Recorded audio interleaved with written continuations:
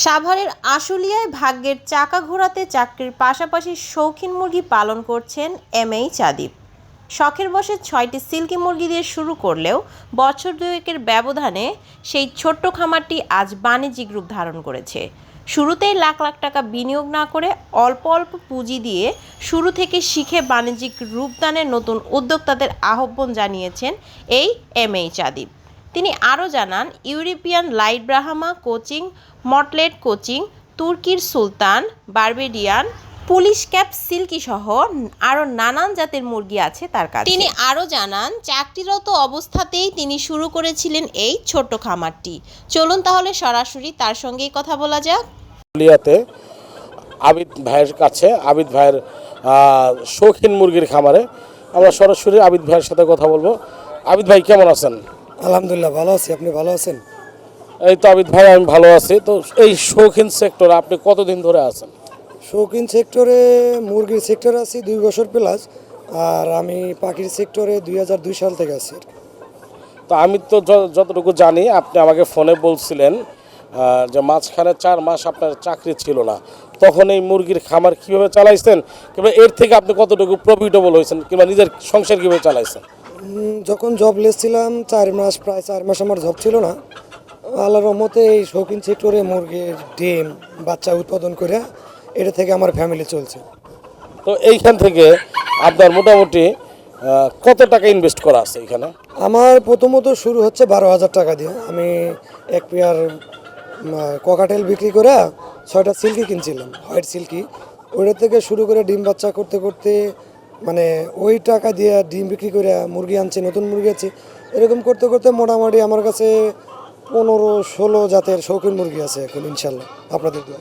তো নতুন উদ্যোক্তা যারা, তাদের উদ্দেশ্যে আপনি কি বলতে চান? মানে নতুন উদ্যোক্তাদের সম্পর্কে বলতে চাই যে আপনারা আসলে জবের পিছনে না দৌড়ে শৌখিন জগতে আসেন, সঠিক নিয়মে সঠিক পদ্ধতিতে মুরগি লালন পালন করেন, পাখি লালন পালন করেন, মানে যে কোনো পশু পাখি লালন পালন করেন, খামার করেন।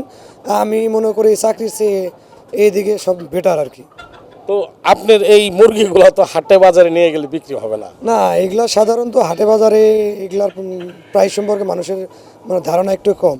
আমাদের অনলাইন প্ল্যাটফর্ম আছে, আমার নিজেরই একটা গ্রুপ আছে যেটা sweet bird of chicken of Bangladesh, তারপর আছে শৌখিন অ্যাসোসিয়েশন অফ বাংলাদেশ, যেটা প্রতিষ্ঠাতা হচ্ছে সিএম ভাই, উনি বাইরের কান্ট্রিতে থাকে। আরও অনেকেই আছে, যেমন বরিশালে সোহেল তাজ ভাই আছে, অনেকেই আছে। অনলাইন প্ল্যাটফর্মে তাদের গ্রুপে সেল পোস্ট করে আর বিক্রি করা হয়। আপনি বলতে চাচ্ছেন এই মুরগিগুলো টোটালি বিভিন্ন গ্রুপ আছে, এই গ্রুপের মাধ্যমে পোস্ট করে সেল করেন, তাই তো? জি জি, বিভিন্ন গ্রুপের মাধ্যমে পোস্ট করে সেল করা হয়। তো এই যে আপনি যে যখন গ্রুপে পোস্ট করেন, যখন মুরগিটা সোল্ড আউট হয়ে যায়, তো দেখা যায় অনেকেই তো আপনার অনেক দূর থেকে নেয়, তাদের জন্য কিভাবে পাঠান? আসলে তাদের থেকে মানে পাঠানোর ব্যবস্থা হচ্ছে হলো বাসে, আপনার যে বাস হোক, যে কোনো ইয়াতে আর কি, অনলাইন দেশের যে কোনো জায়গায় পাঠাইতে পারেন। তো সেই ক্ষেত্রে আপনি কিভাবে টাকা পয়সা লেনদেন না কিভাবে করেন? টাকা পয়সার লেনদেন হচ্ছে যে এই শৌখিন অ্যাসোসিয়েশন চলে হচ্ছে 20,000 উপরে। ও আপনি আপনাকে যেই মুরগি কিনুক উনি টাকা পাঠাই দিলে পরে তারপর আমরা বাসের মাধ্যমে ডেলিভারি দিয়ে থাকি। আর যারা খামার এসে দেখে শুনে নেয়, তারা দেখে শুনে টাকা দিয়ে আবার মুরগি নিয়ে যায় আর কি। তো এই মুরগি কিনতে গিয়ে আপনি কি কখনো কোনো প্রতারণার কিংবা বেচতে গিয়ে প্রতারণার শিকার হয়েছেন? হ্যাঁ, মাঝে মাঝে এরকম হয়, মানে অনেক চেনা মুখই এরকম করে থাকে আর কি। অপরিচিত লোক কমই হয়, বাট চেনা লোকই এরকম করে আর কি।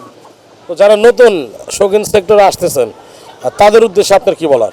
তাদের উদ্দেশ্যে বলা, আপনারা প্রথম মানে অল্প দিয়ে শুরু করেন, এর ট্রিটমেন্টগুলো জানেন যে আসলে কোন রোগের কোন ওষুধ, কোন মেডিসিনটা প্রয়োগ করলে আপনি মুরগিটা সুস্থ থাকবে, এটা জানার পরে আস্তে আস্তে শুরু করেন।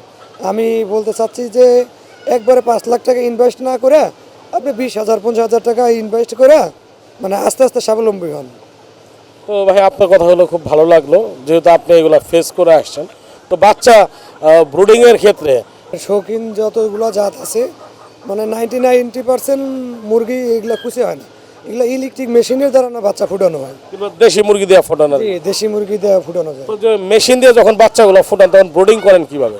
ব্রুডিং সিস্টেম হচ্ছে যখন আপনার ডিম বসানোর 16 দিন 17 দিন পরে মেশিনের নিচে ডিম বসাই দেয়, বাচ্চা ফোটার সর্বনিম্ন 12 ঘন্টা পরে আপনার ইয়ার থেকে মেশিন থেকে বের করে ব্রুডিংয়ে দিতে হয়। তাপমাত্রা টেম্পারেচার নিয়ন্ত্রণের মেশিন থাকতে হবে, আপনার বাচ্চা ফোটার 24 ওইটার কি কোনো মানে তাপমাত্রা কতটুকু থাকতে হবে, এটার কি কোনো মেয়াদ পরিমাপ আছে কিনা? জি জি, ওই অটো মেশিনগুলোতে ওইটার ইয়া থাকে, আপনার পরিমাপ থাকে যে আসলে কত ডিগ্রি তাপমাত্রা লাগবে। আপনি 36-এর উপরে উঠলে লাইট বন্ধ হয়ে যাবে, ফ্যান চলবে, আর 36-এর নিচে আসলে পরে আপনার অটোতে লাইট জ্বলে যাবে। আর বোর্ডিং করার সময় আপনার বোর্ডিংয়ে ওই জায়গায় টেম্পারেচার থাকে, মেশিন থাকে, যেটা ডিজিটাল মেশিন, ওই অনুসারে লাইট বন্ধ করা চালু করা করতে হয় আর কি। তো নতুন উদ্যোক্তা যারা, তরুণ উদ্যোক্তা যারা, তাদের উদ্দেশ্যে আপনার কি বলার আছে? তাদের উদ্দেশ্য বলার, আপনারা খামারির কাছ থেকে ডিম কালেক্ট করেন, মুরগি কালেক্ট করেন, খামারির কাছ থেকে কালেক্ট করেন। আশেপাশে অনেকেই দেখবেন যারা কিনা সেল করে, তাদের কাছ থেকে কিনাও মানে পোষাইতে পারবেন না, পেলে পোষাতে পারবেন না। আপনাকে বলবে একটা, দেবে একটা। আমি বলবো আর কি, তো আপনি যখন দেখা যায় অনেক ডিম সেল করেন, অনেকের কাছে গিয়ে ডিম জমে না, তো সেই ক্ষেত্রে তাদের জন্য কি করেন আপনি? মানে আমার কাছ থেকে যারা ডিম নেয়, আমি তাদেরকে 80% গ্যারান্টি দিয়ে দিই, যে মনে করেন যে 80% না নিচে জমলে ওইটা রিপ্লেস আবার আমার কাছ থেকে ডিম নিয়ে যাবে। তো দর্শক, আমরা ভাইয়ের টোটাল কথাটা জানতে পারলাম, বুঝতে পারলাম। তো আপনি মনে হয় একটু আগে আমাকে ফোনে বলছিলেন আপনার একজন কাস্টমার নাকি আসবে, সে কি আসবে? আমার একজন কাস্টমার আসার কথা ছিল, উনি এসে এক পেয়ার পুলিশ ক্যাব নিয়েও গেছে আর কি। তো দর্শক, আমরা আজকের মতো এখানে আসছি, আমরা পরবর্তীতে অন্য কোনো খামারে আবার ভিজিট করব অন্য কোনো নতুন কথা নিয়ে এবং অন্য কোনো শিক্ষণীয় বিষয় নিয়ে। আজকের মতো এখানে আসছি। আল্লাহ হাফেজ, ভালো থাকবেন ভাই। আপনি নিজে ভালো থাকবেন।